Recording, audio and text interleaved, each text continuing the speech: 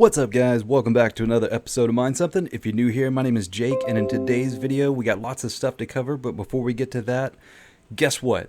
We have officially hit 1,000 subscribers, so I want to say thank you to everybody out there watching the channel with your support.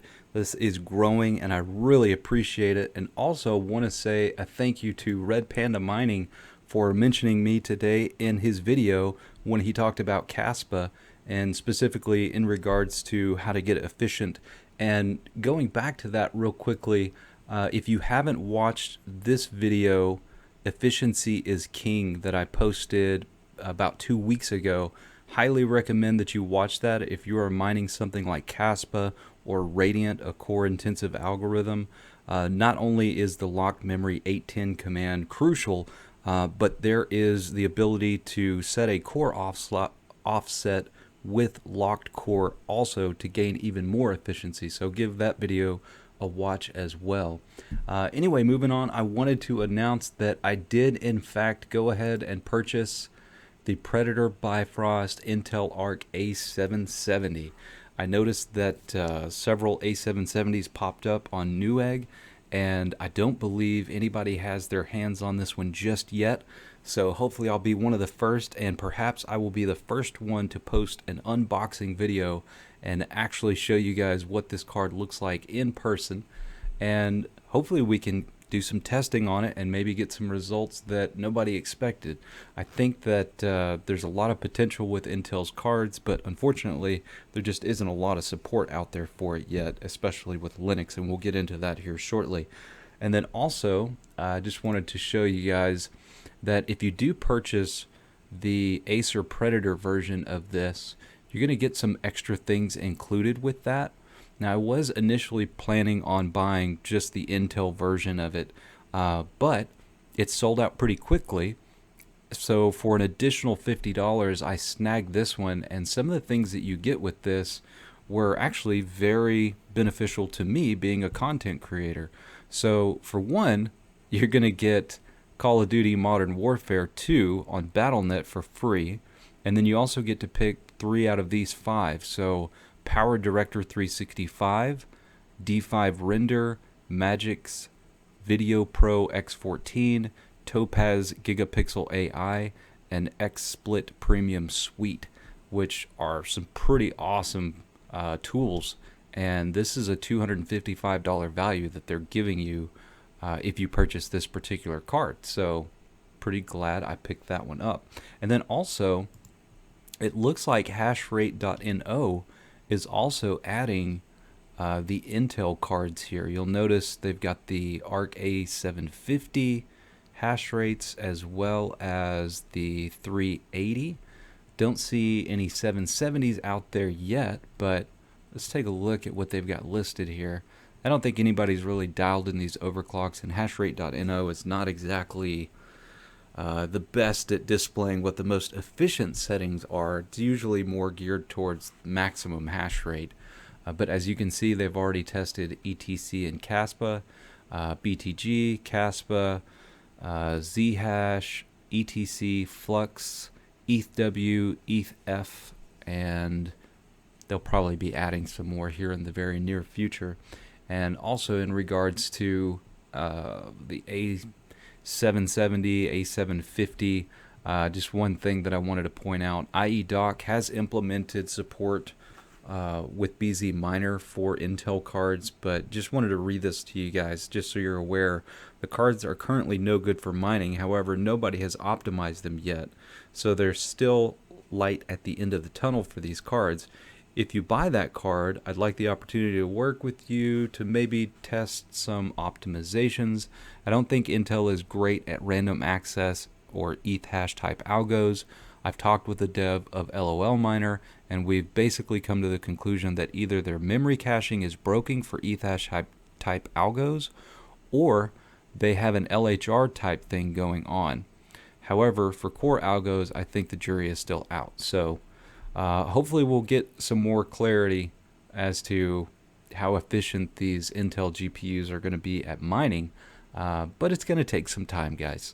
Anyways, moving on, I wanted to also mention that, in Red Panda's mining today, he talked about Caspa, And we talked about this in the last video, that it was pumping and that it was currently profitable.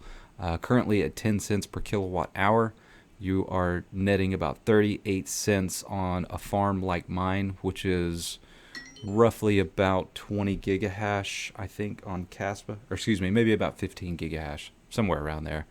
I think with my efficiency settings, I'm at 13.4 gigahash at about 2800 watts, which is not as efficient as I could be. I've got them turned up just a little bit to accumulate more of the coin. I expect really big things out of Caspa.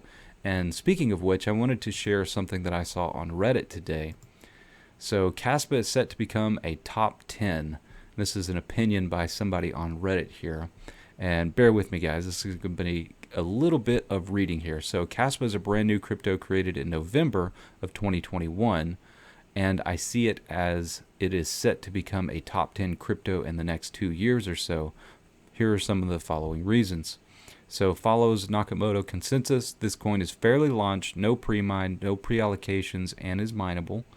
As for now, the speed is 1 block per second, and within 10 seconds, your Caspa will be usable in the receiver's wallet. It's scalable. As soon as Rust rewrite will be over, block per second will become 4 and then 32, with a final target of 100 blocks per second. This means Caspa will support, without any problem or bottlenecks, a heavy load of transactions upon the network. Double spending protection. Here's a video. What I just posted is a link to a video protection against greater than 50% is mathematically impossible. Caspa provides 49% security with the current GhostDAG protocol and will have the same security with DAGNITE. The ingenuity is DAGNITE is its responsiveness to changing network latency. So if your network conditions improve, the confirmation times improve as well automatically, unlike now where a bound on network latency is hardwired into the protocol parameters. Caspa proof of work algo is called K-heavy-hash. It's a special kind of algorithm that allows to perform laser mining. Not exactly laser mining, optical. We'll get into that. As for now, Caspa is still being mined with GPUs and FPGAs, but as time will go on, laser miners will take over being a lot more efficient than normal ASICs by a whole lot. Solves the trilemma. Caspa is fully scalable, decentralized, and safe at the same time. A perfect solution for Buterin's trilemma. Emission schedule. Caspa's strict emission schedule makes them scarce. More than half of the total supply has been mined, and halvings are 4 times faster than Bitcoin 1 year. Furthermore, the percentage of cut, 50%, is distributed through the year. This means that every month there is a small block reward reduction that by the end of the year will equal up to 50% block reduction over the year. And then the Caspa community is 100% community run. There's no chief. Everyone listen to every community member's opinion and voice, and when good ideas come up, the community decide if it's a good idea to implement them or not in the project through a vote. And then early adoption. Caspa is still a low market cap coin with 40-ish million capitalizations. This means that you are still early and can still get great value if you decide to support the project. Somebody in here points out a couple of things that were incorrect in these statements, so I'll leave a link to this so that you guys can read the whole thing for yourself. But this is innovation at its finest, guys. We're really getting into the next level of blockchain technology, and I think Caspa is going to bring us there much quicker than anyone else. So if you're not on top of this project, I highly recommend diving into it. So also, I wanted to point out Woolypooly just created a Radiant or RXD pool, and Woolypooly has just been on a tear lately. Look at this. They have 22 different pools going on right now. They're extremely active. They do have the majority of the hash rate on several coins, so if you're currently mining to Woolypooly and they are over 50%, I do recommend moving off of that. However, I just wanted to point out how much work they're doing. If you take a look at some of the discussions that I've had previously around Hivon creating pools for other coins, which they currently still have not implemented an Ergo pool. But I feel like they really dropped the ball. Hivon could have really capitalized on this after Ethereum went proof of stake, and it looks like Woolypooly is capitalizing. So just wanted to give a shout out to them as well. And then one thing that I saw the other day on Twitter, I wanted to share with you guys. So Chain Critical shared this. As we see Hetzner take action against Solana, one can't help but wonder what could happen to those hosting Flux nodes with them. From the graph below, we're looking at 25% of Flux nodes being hosted on them.